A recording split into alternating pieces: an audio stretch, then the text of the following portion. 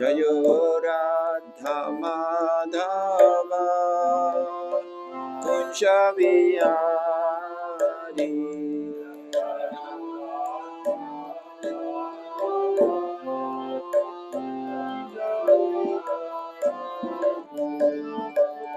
Gopijana Vallabha Girivaradhari.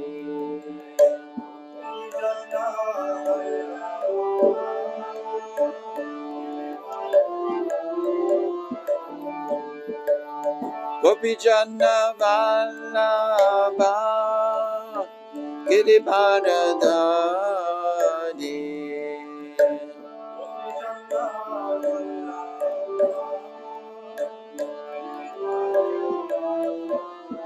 Yashodanandana Vraja Janaranjana Nandana Vraja Janaranjana Yashodanandana Vraja Janaranjana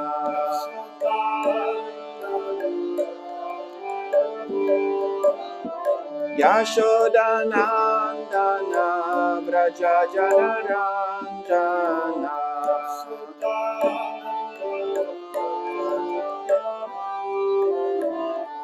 Jayo Radha Madhava Kunja Vihari.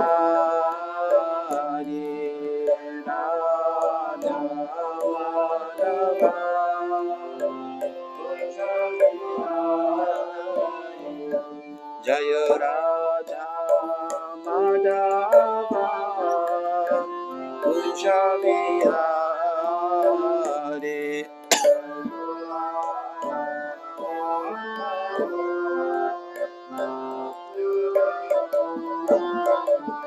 Jayo Gopijana Vallabha Girivaradhari. Gopijana Vallabha Girivaradhari. Gopijana Vallabha Girivaradhari. Gopijana Vallabha Girivaradhari. Yashodanandana Vraja Janaranjana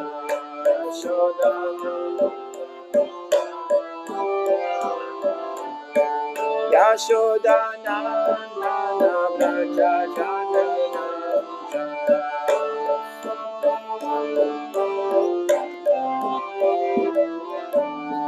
Yamuna Tiravanachari.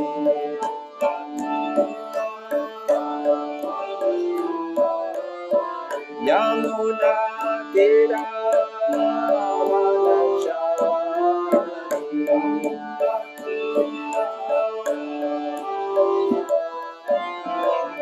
Hare Krishna, Hare Krishna, Krishna Krishna, Hare Hare, Hare Rama, Hare Rama, Rama Rama, Hare Hare.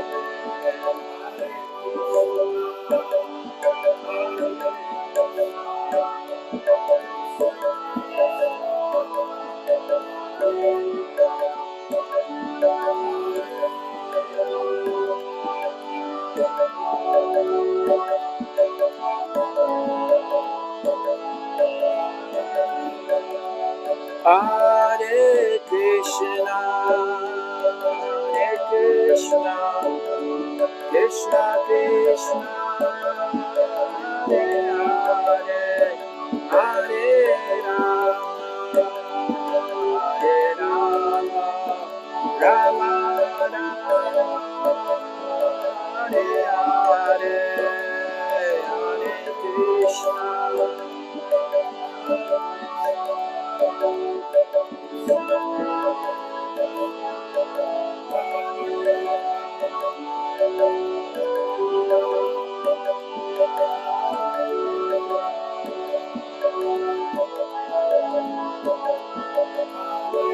Jaya Jaya Prabhupada, Jaya Prabhupada, Prabhupada, Jaya Prabhupada, Prabhupada, Prabhupada, Haribol.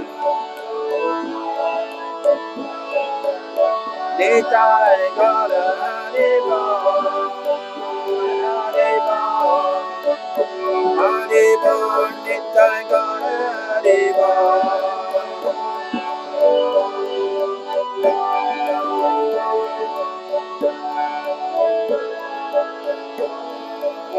Jaya Gora Nitai, Gora Nitai, Gora Nitai, Jaya Gora Nitai, Gora Nitai, Gora Nitai, Gora Nitai, Jaya Gora Nitai.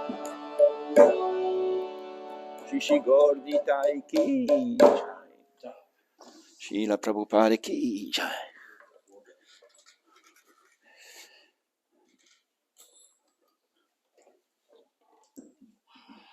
Mike, we are two people.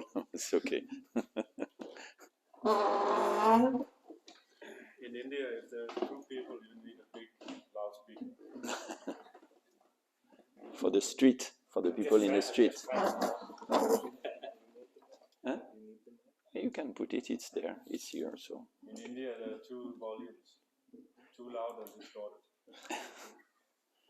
0 and maximum. Also two where there's hot and less hot. Yeah.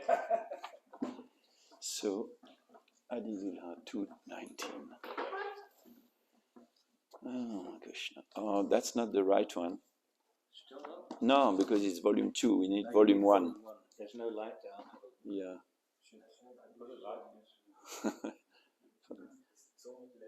Jai Jai Shri Chaitanya Jaya Nityananda Jadvaita Chandra Jaya Gaura Bhakta Vrinda Jai Jai Shri Chaitanya Jaya Nityananda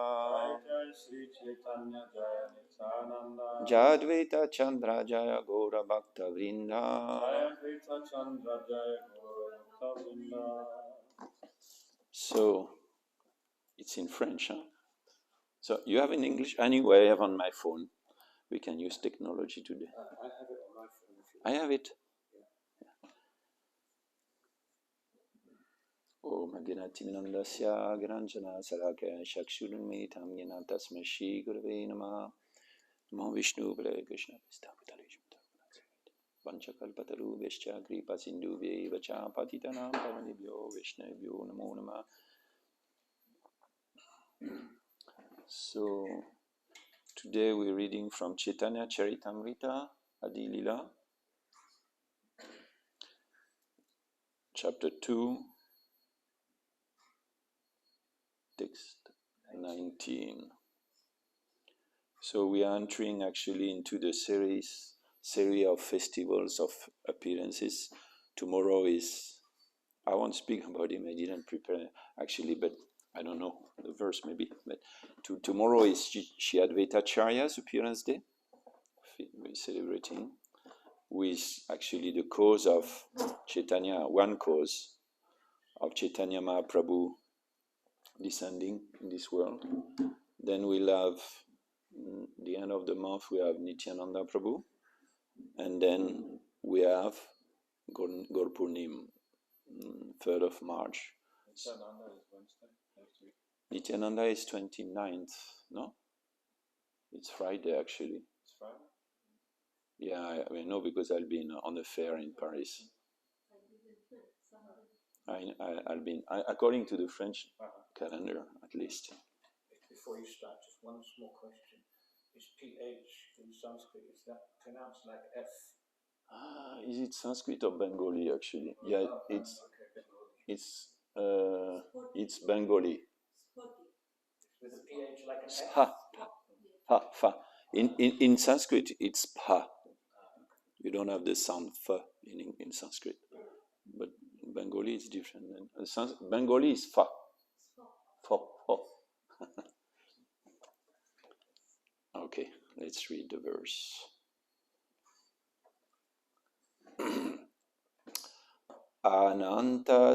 Ananta. You can wait forward now. Ananta. Sphakite. Yoche. Eka. Shurya. Bhashe. So actually, Mataji can correct me, but in Bengali, the long A, you pronounce A, but the short A, you pronounce almost like a O. But we want, and all the S, in Sanskrit, you have three different S, Sa, Sh, Sh, and but in Bengali, you have only Sh.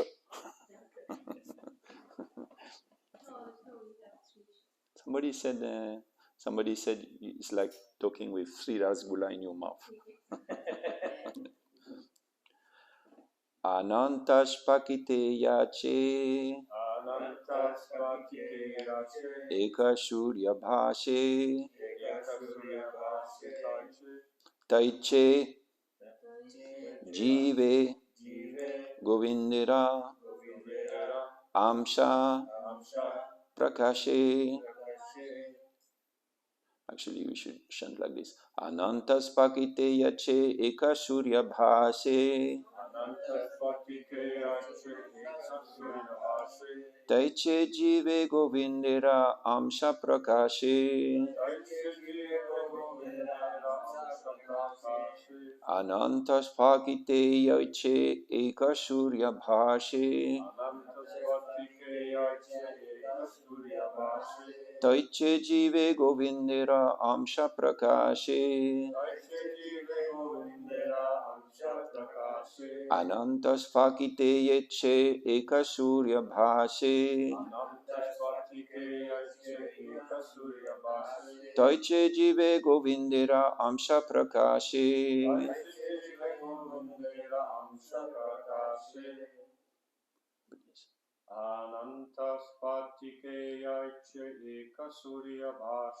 Anantaspakite yache Eka Shurya Bhashe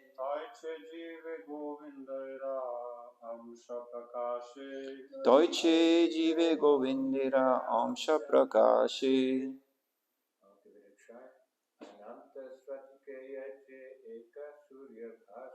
Anantaspakite yache Eka Shurya Bhashe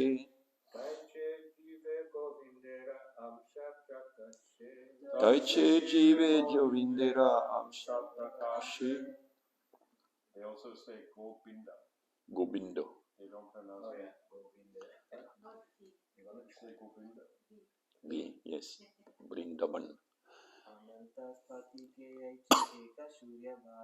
Anantashpakite yache Eka Shurya Bhashe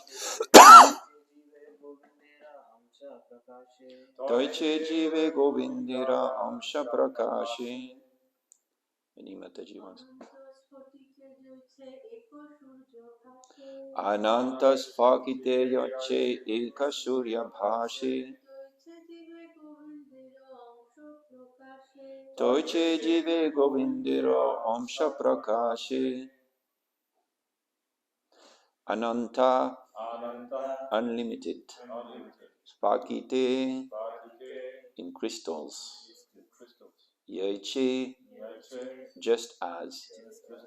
Eka, one. Surya, sun. Bhashe, appears. Taiche, just so. Jive, in the living entity.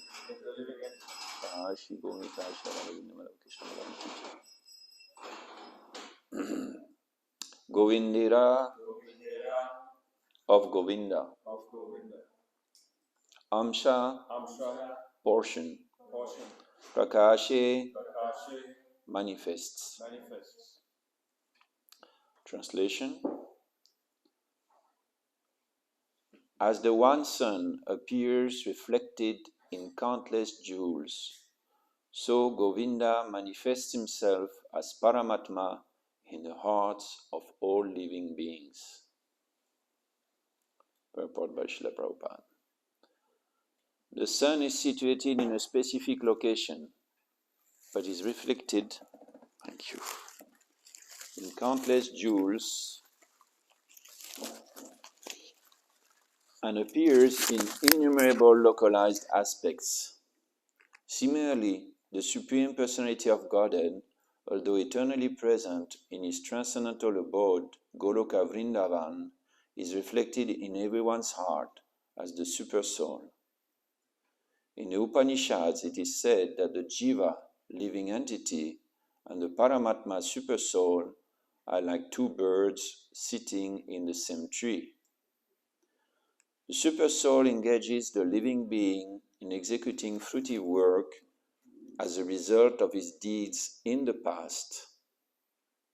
But the Paramatma has nothing to do with such engagements.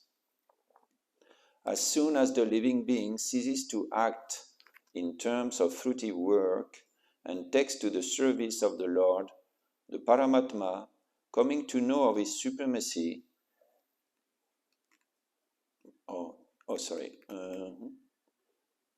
as soon as the living being ceases to act in terms of fruitive work and takes to the service of the Lord, the Paramatma, coming to know his supremacy, he is immediately freed from all designations, and in that pure state, he enters the kingdom of God known as Vaikuntha. So there is one more paragraph, but we can just discuss the points as they're coming. And please, this is like a discussion. I mean, we can also exchange whenever you want to say something or ask a question or comment, please feel free. So this verse speaks about the Paramatma, and there is a chapter in Bhagavad Gita, 13th chapter. It's called Prakriti, Purusha, and the Consciousness. And it's all actually dedicated to this knowledge of material nature, the living entity, and Paramatma. And there it is explained, as Srila Prabhupada says here, that of course we know Krishna is always in Goloka, always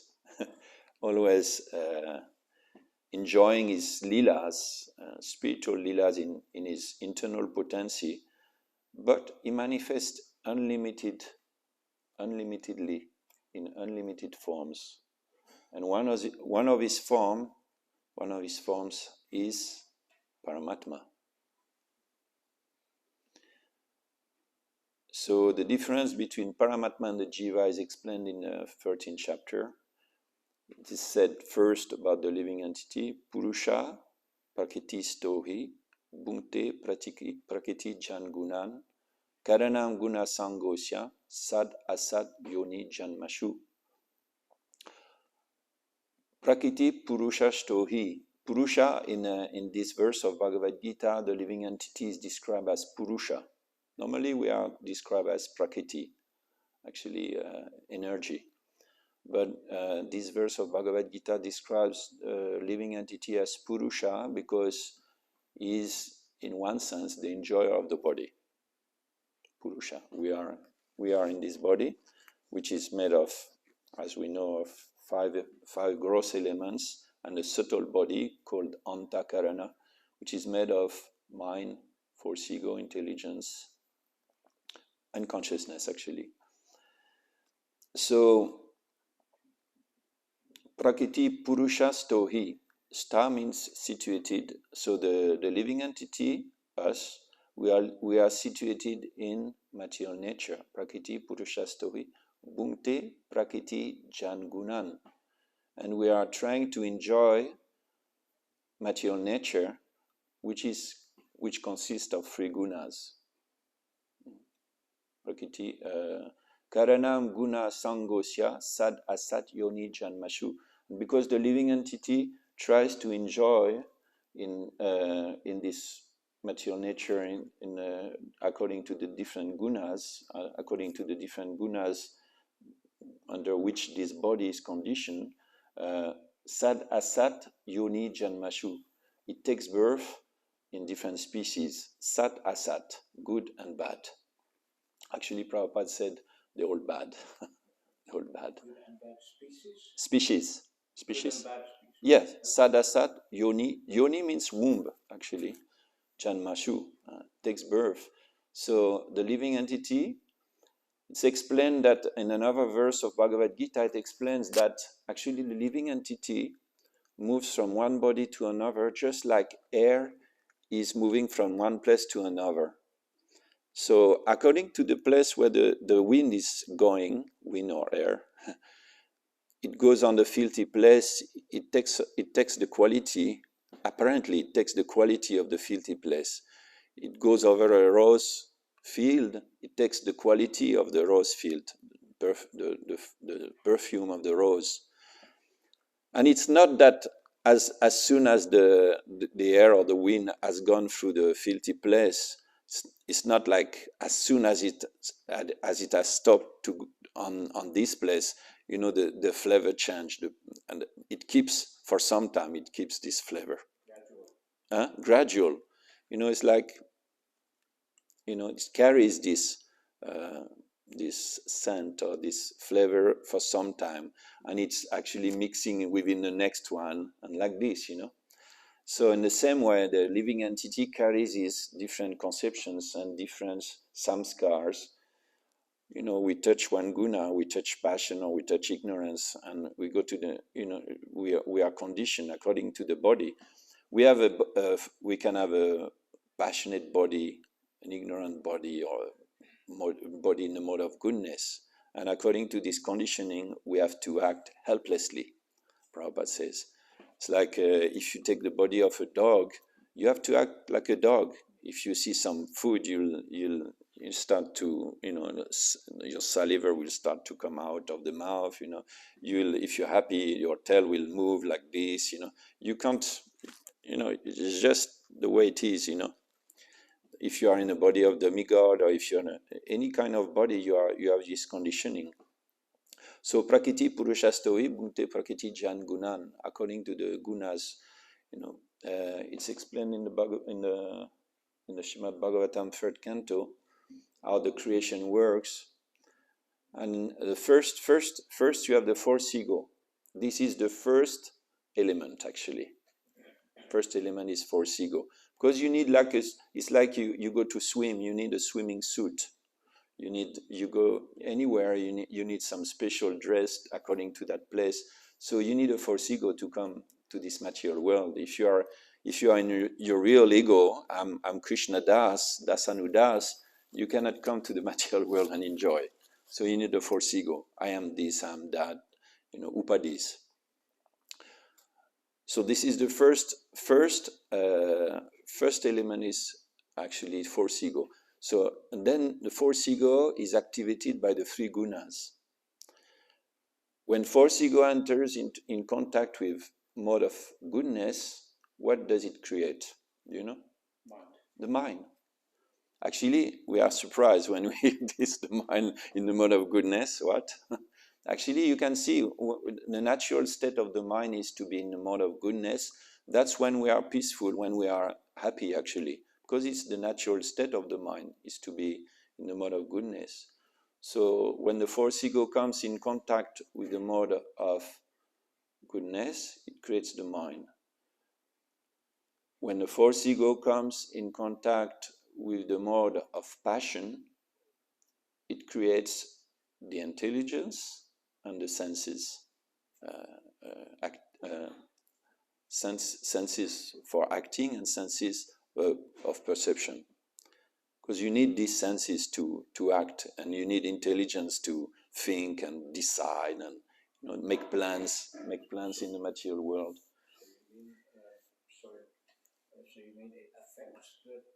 No, it creates. It creates. Yeah, produce. So when the fourth ego enters into with the mode of passion, it creates the senses, acquiring knowledge, acquiring senses, and senses for acting, 5 and 5, and it creates also intelligence. And when the fourth ego enters with the mode of ignorance, it creates dead matter, sense objects. It's in a mode of ignorance, I mean, you have no consciousness. So that's how it works. And when we come in contact with these different elements, then we start to act as the soul. So what is the difference between the soul and the super soul? The super soul is, the next verse in Bhagavad Gita goes,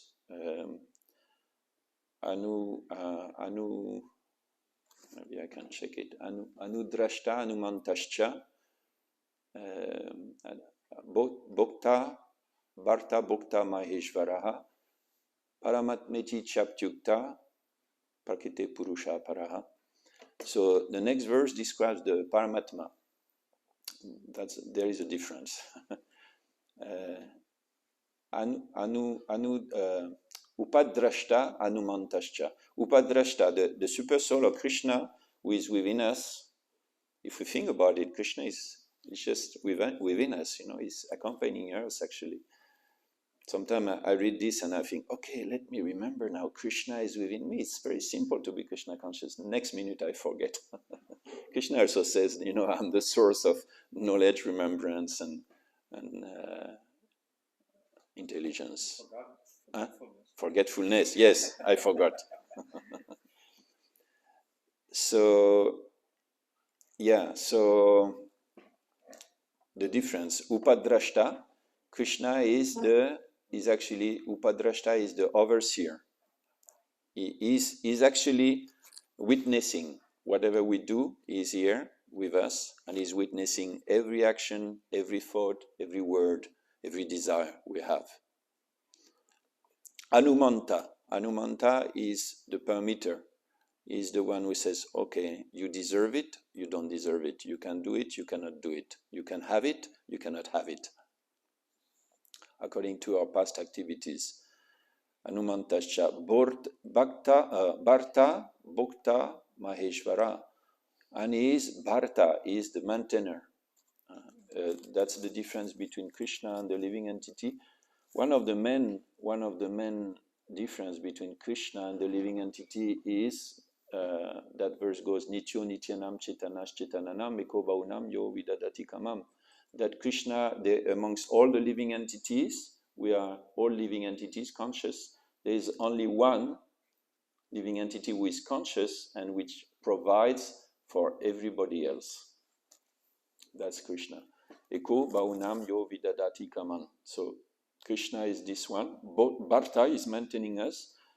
Bharta, Bhokta, is actually the enjoyer. Is the only enjoyer actually. And Maheshvara is the only controller. Paramatmiti Chapyukta Prakite Purusha Para, and is transcendental to the material world. So that's the difference. And another difference between the living entity and the Lord in the form of Paramatma is that we are only conscious of one body. Krishna is conscious of everybody. One time I was walking back in Mayapur from the Ganges to the temple, and I saw the people, and this realization came that, actually, only Krishna he can satisfy everybody. There are so many people in India, and I saw these thousands of people. Only one person can satisfy. None of us can do it, One can claim I'm God, but who can satisfy even one wife or, one family, It's very difficult. Krishna, he can satisfy everybody. He can provide for everybody else. So in the next paragraph, or somebody wants to say something on these points, Atma, Paramatma. The Paramatma, super soul, the guide of the individual living beings, does not take part in fulfilling the desires of the living beings, but he arranges for their fulfillment by material nature. As soon as the individual soul becomes conscious of his eternal relationship with the super soul and looks only toward him, he at once becomes free from the entanglements of material enjoyment. Christian philosophers who do not believe in the law of karma put forward the argument that it's absurd to say one must accept the results of past deeds of which he has no consciousness. A criminal is first reminded of his misdeeds by witnesses in a law court, and then is punished. Yeah, in other words, it's not an excuse to say, but I forgot, I don't remember. If you go to a court, you go to the court and you did something bad, I don't remember. I'm innocent, I don't remember. Maybe, it really happens in life, only, even in this very life, you forget some things, I remember I was with my family some years ago, and we talk so many things when we have the family, and they said something about me. I really, even to this day, and that was something big actually, but I can't remember. It's like blank, when I try to remember it. But they said, yeah, you did it, Okay, I don't remember. So we don't remember doesn't mean that, it's an excuse. So what about past lives, if we forget what we did in this life? But Krishna remembers, and is the one actually giving the punishment or giving the reward. If death is complete forgetfulness, why should a person be punished for his past misdeeds? The conception of the Paramatma is an invincible answer to these fallacious arguments. The Paramatma is the witness of the past activities of the individual living being. A man may not remember what he has done in his childhood, but his father, who has seen him grow through different stages of development, certainly remembers. Similarly, the living being undergoes many changes of body through many lives, but the Supersoul is always with him and remembers all his activities despite his evolution through different bodies. So that's the law of karma. To explain the law of karma, you have to have Paramatma in the picture. Otherwise, who is actually organizing this law of karma? So everything is fair. We cannot blame others. Whatever situation we are put in, it's a reaction of what we did, and we are put. Now the solution is to turn towards Krishna, who say Paramatma, and for the devotee actually, Paramatma is Krishna, is Govinda. Like when Krishna speaks to Arjuna in Bhagavad Gita, he speaks, he says, like in the last chapter 18, before these verses, Sarva Dharman Parijaya, before, few verses before, he says, just surrender unto him, and find eternal peace. He's speaking like of somebody else, actually.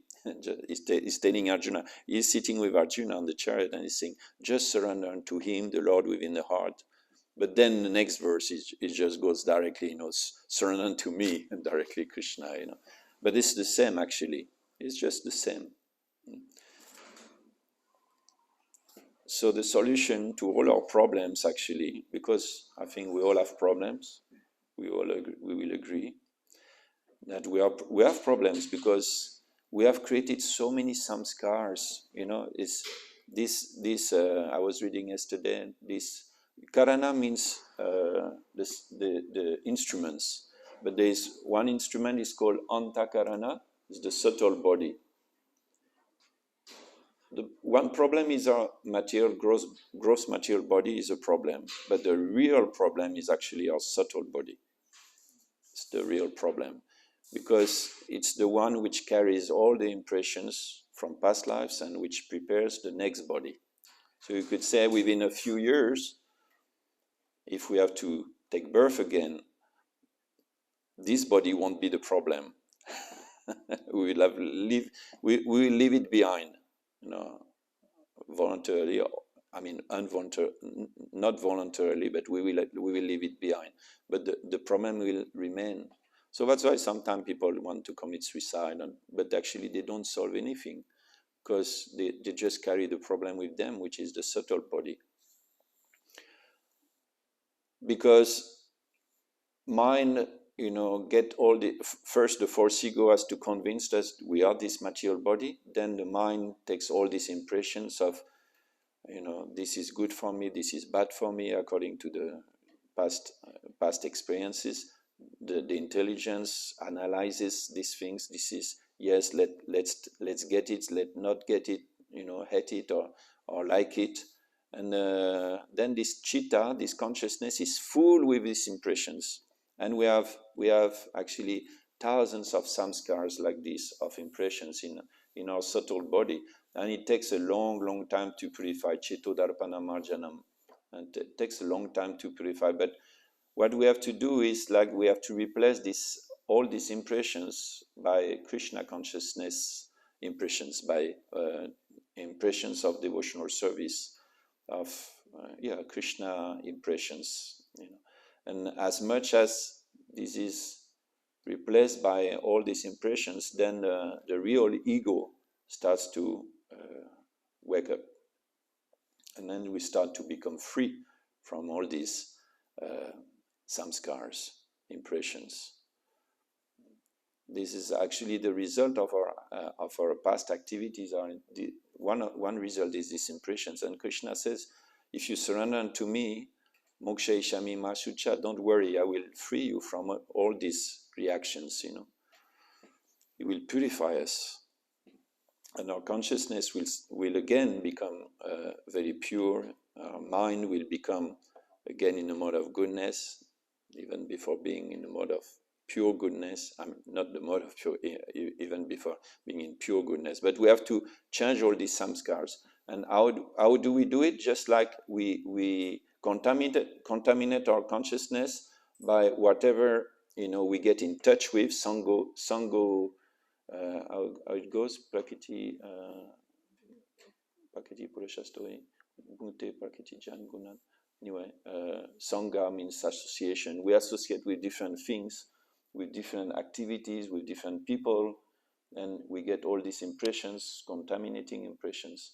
So just as we got this, we could say, dirty, subtle body with all these dirty impressions, we have to change this subtle body and make it very pure by having pure sangha, meaning and coming in contact with pure objects. Krishna says this in the 11th chapter, in the 11th canto of Srimad Bhagavatam, when he speaks to Uddhava. He says it's very important. Actually, Krishna glorifies the mode of goodness. He says you have to eat food in a mode of goodness. You have to choose your association in a mode of goodness. You have to act with your family members in a mode of goodness. You have to, whatever you do, try to do in a mode. Try to choose people in a mode of goodness. Try to choose food in a mode of goodness, like this. Of course, we know that's not the goal. The goal is to be situated in pure mode of goodness, but it's like very, very close, very easy from mode of goodness to mode of to the pure goodness. It's very difficult, sometimes devotees we come to this movement with different conditioning, and we see people who are austere, who are peaceful by nature. It's quite easier for them to practice devotional service and sadhana bhakti, wake up in the morning, take shower, everything. Be regulated. So we have to replace these impressions. That's why the first symptom that Chaitanya Mahaprabhu describes about a devotee, asat sangatyega, e Vaishnavachar. He says the first symptom of a Vaishnava is asat sangatyega. We spoke of asat, no? Sat asat yoni janmashu. Good bodies, bad bodies. Asat means also non-permanent or bad. So sadhu comes from the same root, actually. Sadhu, sat. So we have to just be in touch, associate with sat, with sadhus, basically speaking. When we associate with sadhus, everything becomes pure.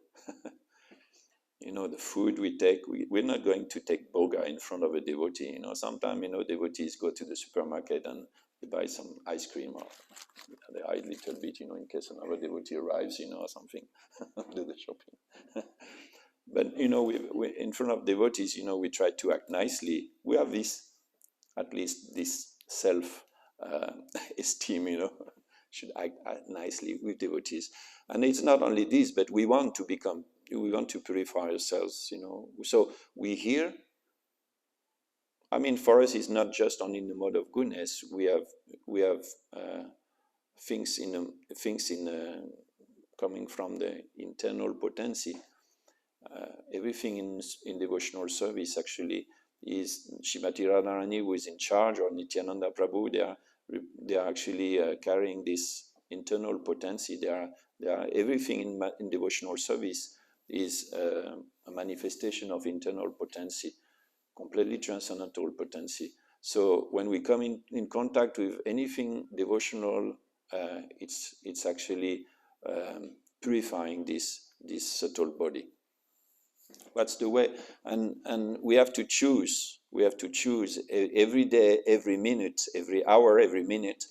It's a choice, especially nowadays with these things. It's a choice because it creates impression. Like one devotee was saying, that the mind works like this algorithm. Algorithm. You say like this in English, algorithm. It's like when you go on a how you call it when you search like Google, what it's called, this search instrument, something like when you go on a search instrument, you type the first letter, and according to what you have seen, what you have gone, where you have gone before, it's like if you've been going. He was speaking to devotees. One devotee was saying this in India. He was speaking to devotees in India. If you've been going to look at Bollywood movies, you search for Bhagavad Gita, you type B, but it will put Bollywood movies, on the search engine, first, because that's what you have been looking, So the search engine is like this, this is like these impressions in the mind. It's like a search engine, you've been doing it. So when you type B instead of Bhagavad Gita, it will go on Bollywood. But if you go often and you stop going on Bollywood and you start going on Bhagavad Gita classes and you search Bhagavad Gita, Bhagavatam, then when you put B, it will put Bhagavad Gita, in the search engine. So the same thing for the mind. We can use this technology for examples. So yeah, like this, it's very much actually. We speak now about virtual reality. It's very much like virtual reality, this world, actually. So we say, it's Maya within Maya, it's a double layer. We see all these young people, they're lost in their computers. And they say, when they want to say something about people, physical people or experiences, they say, oh, you've been doing this in real life? They say like this, in real life, means not on the screen, Yeah, they say like this. But we know it's not even real life. But they're thinking because, they're so much immersed in this virtual reality that, they say, yeah, I met him in real life, it's an expression actually they have. But we know even it's not real life. Devotees are, as a spiritualist, a transcendentalist, he knows this world is like a dream. It's like this artificial reality. So yeah, we have to, if we replace all these impressions, and then our body will turn spiritual. And the first thing, Shavanam Kirtanam, whatever we hear, and this is something that we do a lot. We see it's for the living entity. It's very natural to listen to things, to hear things. We see even people where the mechanics, they are working in the garage. They have this radio all day. The people, they're working on the roof. They have the radio, next to them. I went yesterday to the kine, and she has to put it. I'm sure she doesn't like it, Chandra Mataji, but she has to put the radio. Something has to be going on, But it's blank silence, People feel uncomfortable. Have you noticed when you go to the family, You have a family meal, you know, and as soon as there's a silence, there's uncomfortable. Have you noticed this? I think it's universal, no? When, you know, everybody is eating, blah, blah, blah, blah, then there's silence, you know. Somebody has to say something, you know. It's very uncomfortable, you know, silence. I used to do that when I was living by myself at home. I used to have the TV on in the background. Yeah, some people live in a house. I know somebody in my family, the TV goes on almost 24 hours a day. Just, you know, to get something, some shavanam. Bad shavanam, you know. And you see, people, as soon as they come out of their job, if they cannot do this when you're in the office, tram, metro, car, everything, first thing, you know, they listen to something, you know. So we have this tendency. Shotavanidi Rajandra Nidam Santi Shashasha Apasyatam Atmatadvam Gre Shugre Midinam. That's the first thing that Shukadev Goswami tells Maharaj Parikshit, actually. In the second canto, he says, Maharaj Parikshit asked the questions, what is the goal of life, you know, what is, for somebody who is going to quit his body, what is the best thing to hear, to meditate on. So first Shukadev Goswami, he thanks Maharaj Parikshit. Varya ishate prashnan, krita loka itandripa.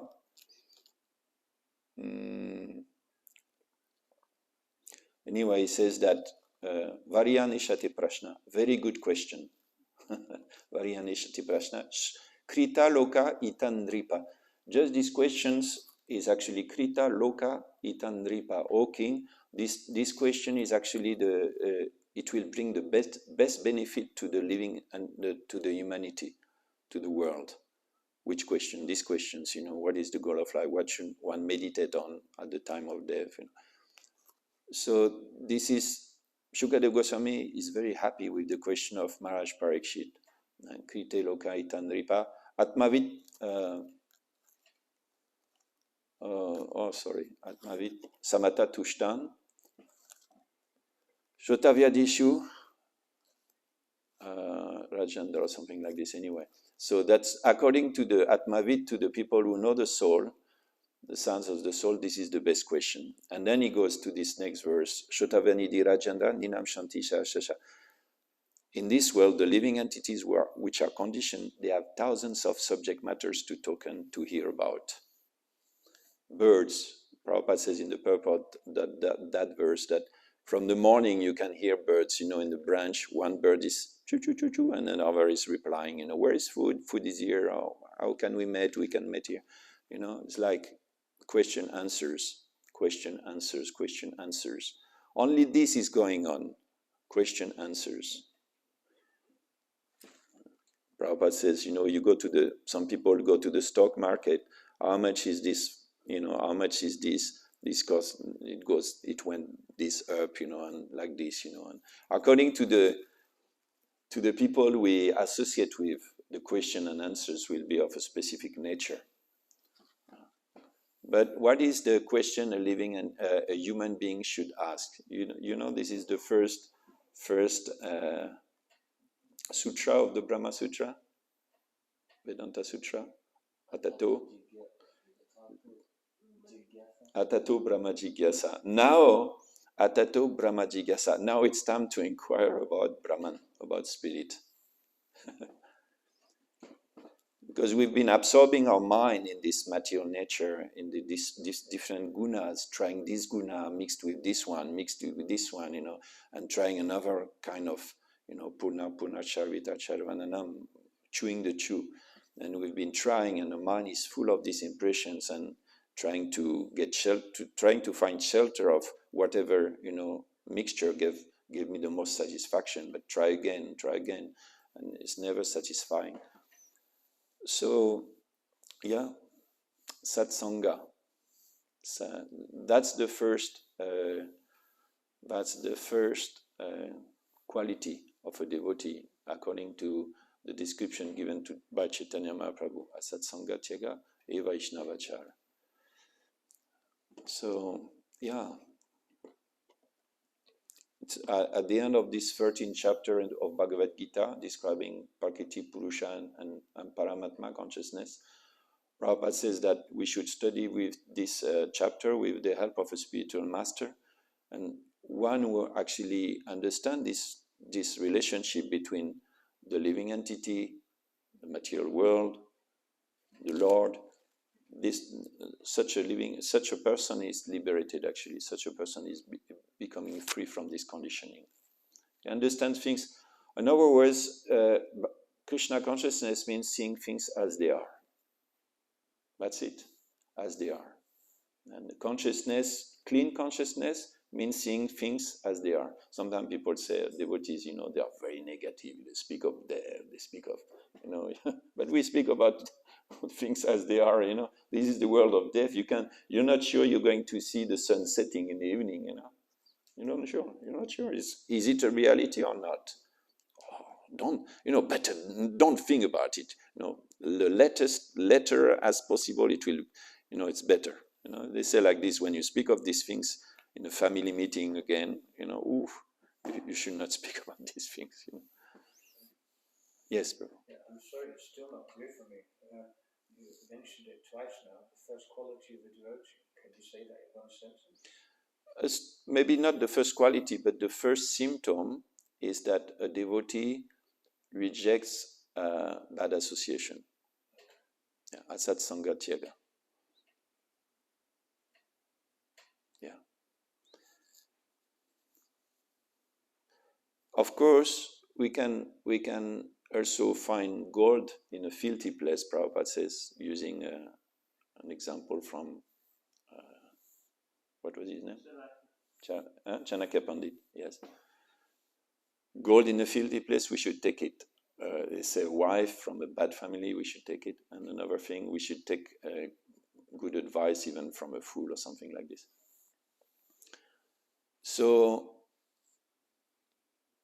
yeah, maybe I forgot the point I wanted to say, but even sometime, from so-called material situations or so-called material people or so-called materialistic people, we can get lessons, Like a devotee doesn't see my friend or my enemy. According to a devotee, one is his friend, one is his enemy. What is this? What is the criteria? Actually, this is also explained in the 13th chapter, because in the 13th chapter I've been reading this chapter this week. There's a long series of 4 or 5 verses explaining the process of liberation from this conditioning. It starts with amanidvam, adambidvam. It's like, you remember the all these qualities of knowledge, starting from amanidvam, humility, adambidvam, pridelessness, ahimsa, non-violence, etc. And Krishna speaks about the equality of vision of a devotee. So, who is an enemy? Who is a friend for us? One who facilitates our service is a friend. One who impedes our devotional service is an enemy. Or whatever is unfavorable to our devotional service is actually to be rejected. Everything which facilitates our devotional service is to be accepted. So sometimes even materialistic people, they give us good lessons actually. But you have to keep, if we keep the goal, then we see things, as they are, and we see. We have to keep. There is something that Srila Bhaktisiddhanta Saraswati Thakur said, that a devotee doesn't want to sacrifice his steady intelligence even in front of so-called materialistic opportunities. A devotee who knows the Supreme Lord and he knows that he is a servant of the Supreme Lord doesn't want to sacrifice his steady intelligence even in front of so-called material opportunities, because we know that when we touch the mode of goodness, the mode of passion and the mode of ignorance, our intelligence gets bewildered, and everything's like when you move water, and the mud is at the bottom, and you move the water, then the water becomes dirty again. So our intelligence becomes dirty again. We don't see things as they are. and we cannot, define what is the clear path for us. So, yeah, we have to know what we want. Hare Krishna. So, Prabhu, please, some points on these points. Yes. Thank you, Prabhu. So, when people come to Krishna consciousness, Yeah. we may see that they undergo some transformation, give up some bad habits, and pick up some good qualities, maybe more apparent. But then it seems, in general, for most of the rest of the life of a devotee, I'm just maybe putting it in a negative way for the question, is that maybe for many devotees you don't see much transformation for the rest of their life. What I mean is, like, a particular devotee might be known as being, this devotee, he has a short temper. This devotee, he is a very emotional devotee. Or this devotee, he is a very humble devotee. Yeah. And they seem to be like that. Or he's very austere, or he's very passionate. Yeah. So I'm wondering if you have any comments about why maybe we don't see much more transfer, or why someone is known to be a particular type of person.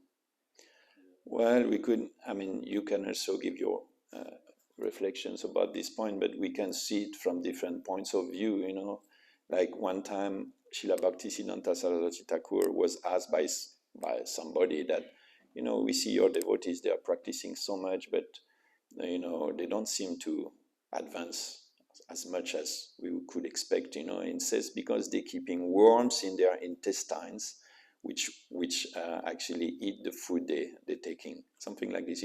Sometimes we call it in French ver solitaire. It can become like longer, like 1 or 2 meters long. It's in the intestine, and whatever you eat, it's actually absorbing it, and so you don't get nourished. Even though you eat, you remain weak. So in the form of anarthas. So that's one reply.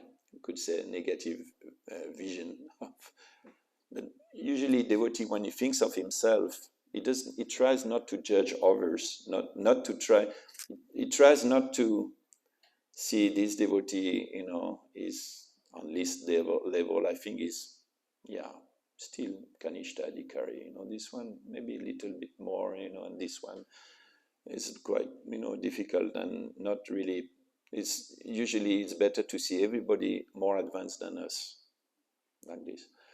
But for oneself, we usually, a devotee thinks, yes, I know I'm stagnating, because I have all these anarthas, and it's like the analogy of the boat and the anchor, the wedding, all night rowing the boat, and in the morning the boat is still on the same spot because you left the anchor, So that's one reply.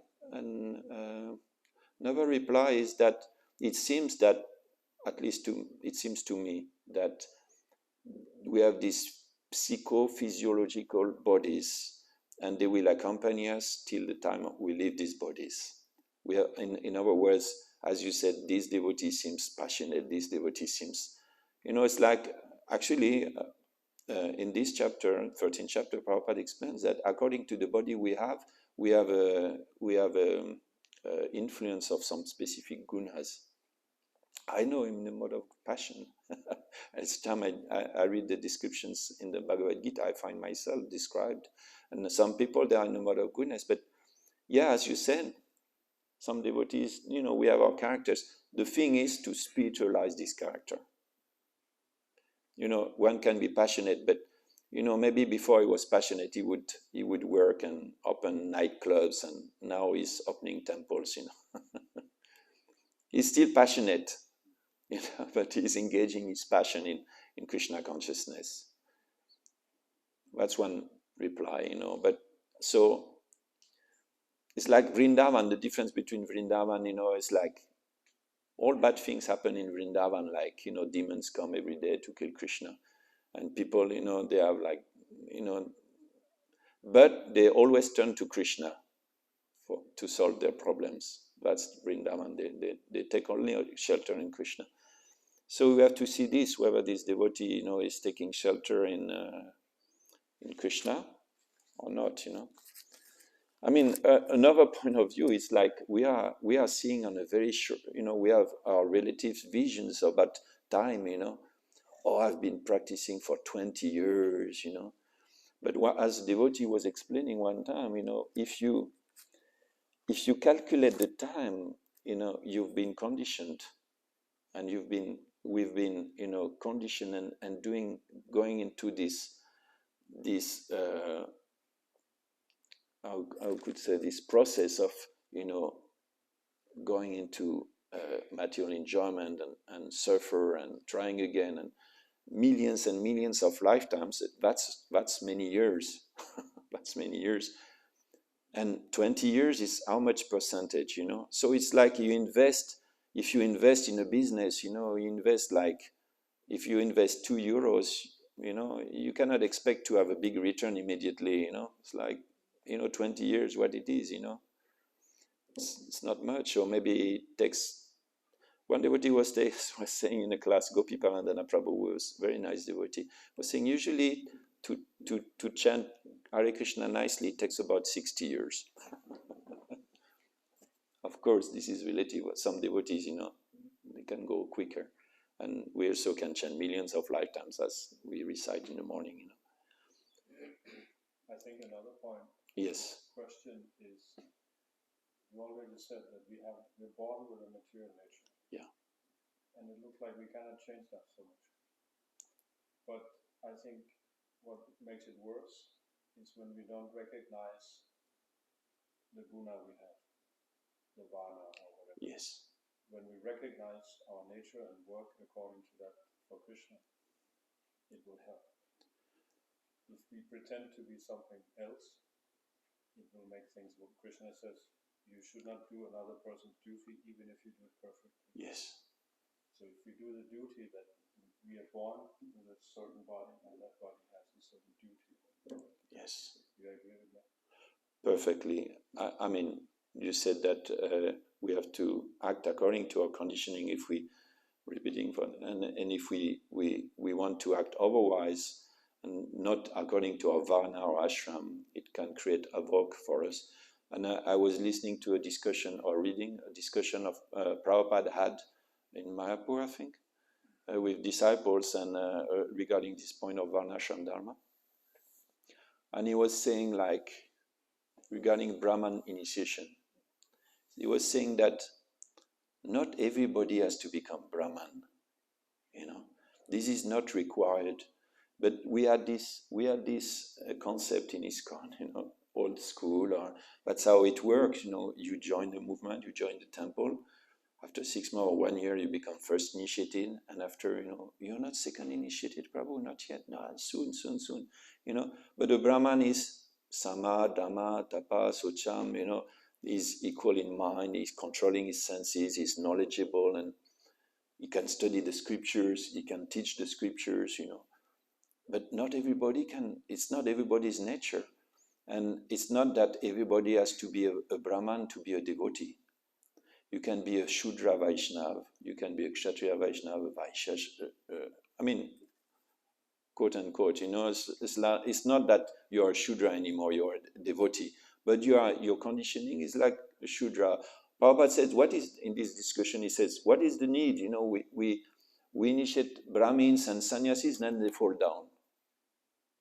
And the guilt you feel also, isn't it? When you placed in some other position that it's not fitting you, you feel so much guilt, shame, guilt, shame. I should be a Brahman, and I can't resist, like drinking once in a while. I take some cases like this, and you feel so bad and feel so bad. Of course, I'm not saying that you should drink, but even, I'm not able to give a class.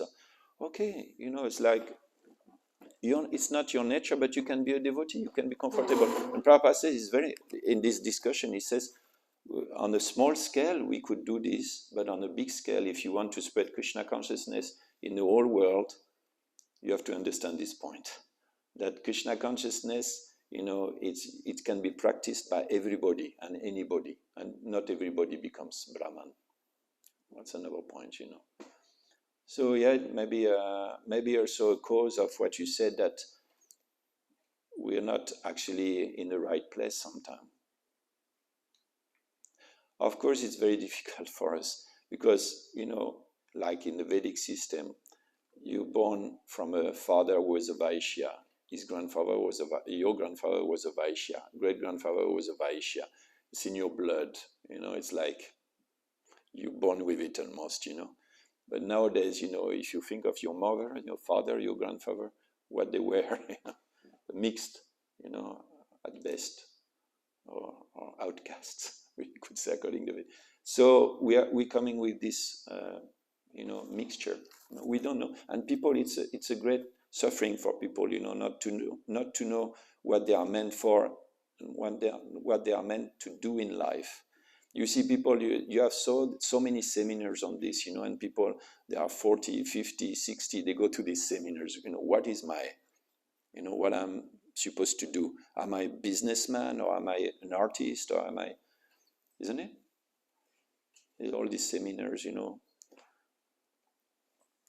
regarding these seminars, you know, it's like one devotee was saying that he went one time to this, one of these seminars, you know, like this coaching, you know, seminars, you know, like, how you call it, inspirational seminars, you know, you can do it, you know, I did it, you can do it.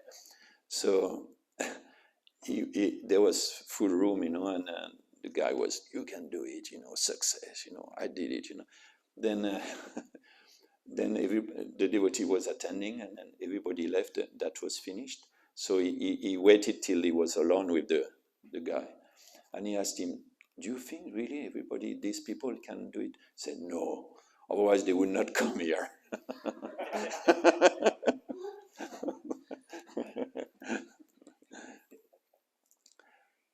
But yeah, that can be also, that's very important to, sometimes it's due to social pressure, ego, that we want to be, it's more social pressure, actually, a wrong understanding of how to situate everybody nicely in society. Sometimes you can see people advance. You can't, or you can. You can. Yeah, that's another. That's the other side of the coin. You see some people who are really advancing very quickly, you know. It doesn't even have to be very quickly. Oh, you see them advancing, yeah. You see yourself, you know. Bhakti Swami was saying that you can see also yourself advancing according to the things you like. You still like to do, like to watch, you know. Like you think, you know, years ago I would like to watch movies. Now I don't like it. I waste my time, you know. I know I waste my time. This food I don't want to eat anymore, you know. I mean, some examples like this you can see in your life. We have to be positive also. That's a great discussion, when the subject you brought up. I think people want instant gratification nowadays. Yeah. And they don't worry so much about duty anymore. My father said, he was in charge of many people when he worked. He said he noticed that young people nowadays, the first thing they ask in a job interview is, how much money will I make? I know, because I was looking for employees for the restaurant, you know, and devotees, friends of Krishna, you know, first thing they asked, how much money, you know, and I will get this, I would say une prime. Yeah. What are the benefits? What are the benefits, you know? But he said before, the first question would usually be, what is the work I have to do? Yes. And that has changed, he said. He noticed this. Instead of focusing on the duty and work, it is just the result. And if they're qualified or not, that seems to be irrelevant. And that's even wrong for themselves, because they will do a job, even if they are paid nicely, more than another job, they will be unhappy. And they will quit. Because they are not meant for this job. I mean, it's such to have the right proper vritti, the proper mean of livelihood. You know, they do this, they in this kind of seminars also, they're supposed to inspire you, but they say, you know, calculate how many years you will spend doing this thing in your life. 40 years, 8 hours a day, how many hours, you know? Yeah, but sometimes So you like it, okay, you'll feel happy in your life. At least it's kind of a shelter, you know. Varnashram Dharma is like the safety net, you know. You cannot fall very low if you're in this, you know, if you like what you're doing, at least, you know. sometimes you can be capable of doing something, doesn't mean to say you enjoy doing something. Well, if you feel comfortable, you know, doing it, and because you are able to do it, usually it's like, yes, why not? There's a difference. I mean, if you, okay, but if something you're not able to do it and you are asked to do it, of course we can do for Krishna things that we would not have done usually, you know, that's part of surrender, but on the long run, you know, it's like better to be nicely situated and Being capable and yeah, doing yeah, something you enjoy doing. yeah. Okay, thank you, it's time. Hare Krishna, Srila Prabhupada ki jai.